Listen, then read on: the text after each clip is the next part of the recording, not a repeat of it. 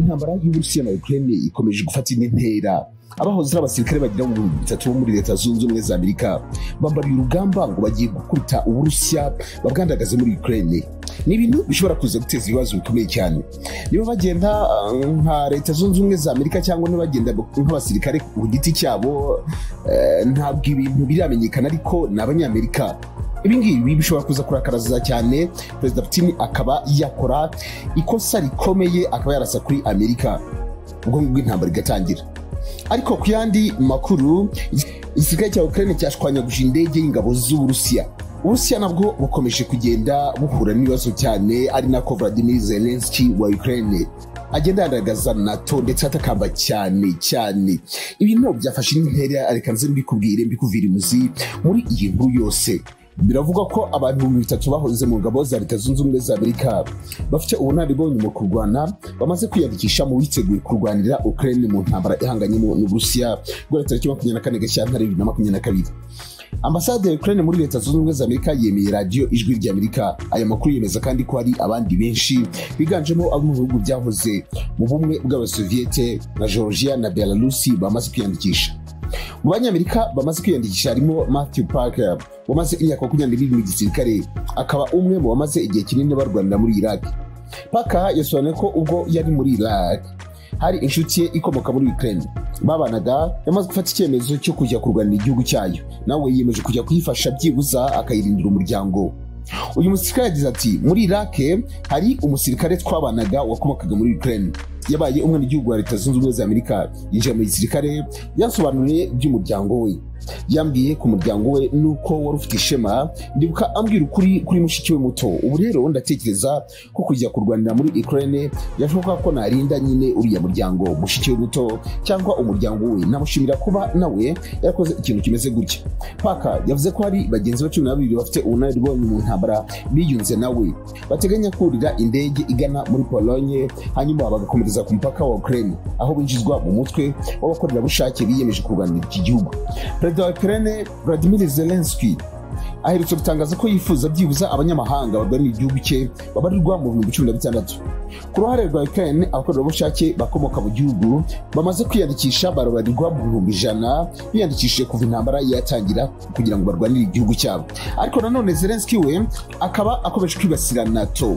Perezida Zelensky wa Ukraine yibasiye umuryango uhuza igisirikare cy'ibihugu biri mu majyaruguru y'inyanja ya Atlantika NATO, nyuma yo kwanga kubahiriza icyifuzo cyo gushyira igihugu cye agace katemerewe kunyuramo indege. Perezida Zelensky mu ijambo yavugiye mu biro bye yashinje NATO gutererana amamiliyoni y'abaturage ba Ukraine mu gihe bakeneye ubufasha. Yabwiye umuryango ko kuva ejo hashize abantu bose bazapfa, ari uwo muryango bazaba bazira. Ati abantu bose bazapfa kuva uno munsi, bazapfa kubera mwebwe, kubera intege nke zanyu, kubera ko ntacyo mukora. Yakomeje agira ati, inama ya NATO uyu munsi yabaye inama nta kimaze, ni inama y'abantu b'abatamutwe, inama yerekana ko nta muntu n'umwe ubona ko urugamba rwo kurwanira ubwigenge bw'Uburayi ari rwo ruzi imbere ya byose. Umunyamabanga mukuru wa NATO Jens Stoltenberg yavuze ko banze gushyira muri Ukraine agace katemerewe kugurukamo indege, ibyo bita no fly zone, kuko ibihugu bigize uyu muryango byatekereje ko gufunga kiriya kirere yakurura intambara y'intwaro kirimbuzi hagati yabyo n'Uburusiya. Ni nyuma y'inama yahuje ba minisitiri b'Uburayi n'amahanga bo mu bihugu bigize NATO yabereye i Brussels mu Bubiligi. Perezida Zelensky yanatse icyemezo cy'uriya muryango, avuga ko icyemezo cyawo nta shingiro gifite, nyamara utunze intwaro zikubye inshuro nyinshi izo Ukraine ifite. Perezida wa Ukraine yavuze ko igihugu cye nigisenyuka Uburayi bwose nabwo buzasenyuka.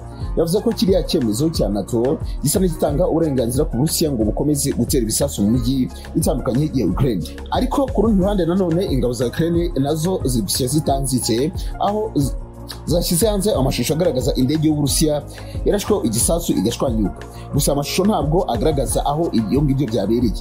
N'amashusho yagiye hanze mu gihe urugamba ruhuje ibihugu byombi rurimbanyije, uvuga ko iyo ndege ishobora kuba yararasiwe mu gace kitwa Kozalovichi hafi y'Kiev.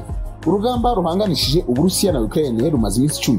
Kuri wa gatandatu Uburusiya bwatanze agahenge mu bice bimwe na bimwe kugira ngo abaturage babashe guhunga.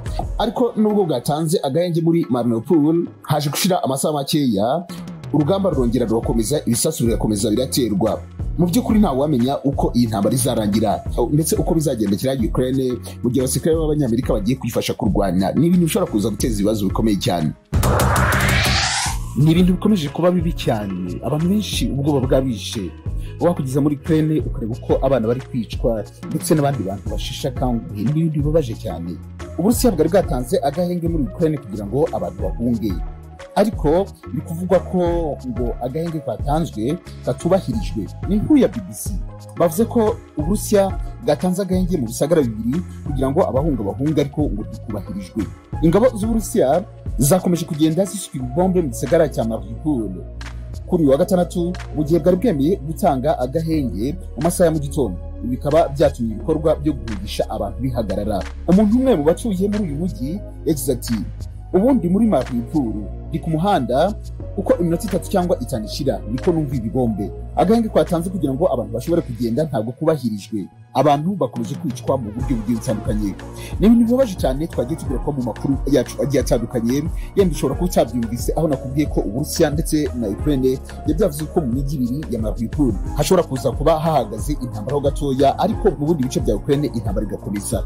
Angahe nyuma yuko umutegetsi wo muri Mariupol yavuze ko uyu mujyi ukeneye ko abantu bahabwa inzira bagahunga abishoboye, ndetse Uburusiya bukaba bwavuze ko ibingibi bwakoze bwari bwabyemerejwe na Ukraine kugira ngo abantu bahabwe umwanya wo guhunga.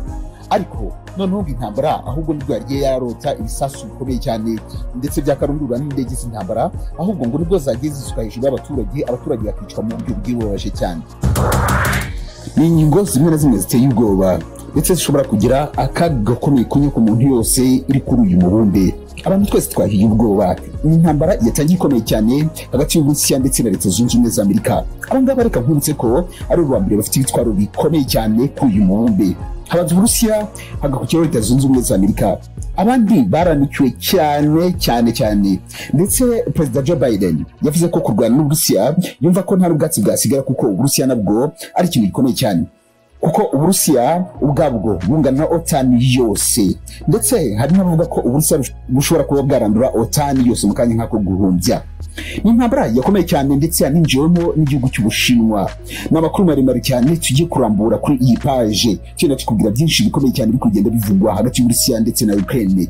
N'amakuru tigeze umenya kandi wahishwe, tugiye kureba mu buryo bwihutirwa cyane. Guha ikaze. Uri kumuri nakubwiye ku itariki ya 4 z'ukwa gatatu kakubwira ko umusenateri wa Leta Zunze Ubumwe za Amerika yasabye ko Putin yicwa. Reka maze nikubitse gatoya.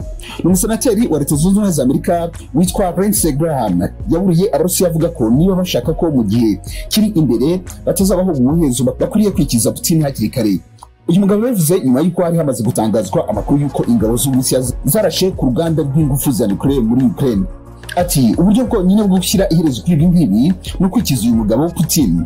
Graham yanditse kuri Twitter ye agira ati keretse niba mudashaka kuzabaho mu mwijima ubuzima bwanyu bwose muhejwe muri mu bukene. Ntabwo mu magambo ye Graham yigize avuga Putin mu izina cyangwa se ngo asobanura ibyo yashakaga kuvuga akoresheje ijambo kwikiza. Gusa abasesenguye inyandiko ye bumvikanishije ko asaba ko uyu mugabo yicwa. Ubutumwa bwaragiye bugera muri Leta Putin, ndetse ubwe Putin arabwimenyera. Uyu munsi Uburusiya nabo bahise batangaza inkuru, baravuga bati uwo ni umusazi wataye umutwe. Ubwo n'Uburusiya buvuga ku musenateri wa Amerika wasabye ko Putin yicwa. Ni ntamara amagambo. Guverinoma y'Uburusiya yise senateri wa Amerika Lindsey Graham umusinzi w'umutamutwe nyuma yo gusabira Perezida Vladimir Putin w'Uburusiya kwicwa. Kwa kane mu cyumweru nibwo uyu musenateri wo mu ishyaka rya Republican yatangaje ko bibaye byiza Perezida Putin akicwa intambara y'Uburusiya buhanganyemo na Ukraine yahita irangira. Abanyujije kuri Twitter ye yabajije niba mu Burusiya hatewe ku muntu nka Bluetooth ngo yivugane Putin ubundi intambara ihita irangira. Ati waba ukora igikorwa kidasanzwe igihugu cyawe n'isi yose, nta Bluetooth uri mu Burusiya, nta Colonel Stauffenberg waba uri mu gisirikare cy'Uburusiya.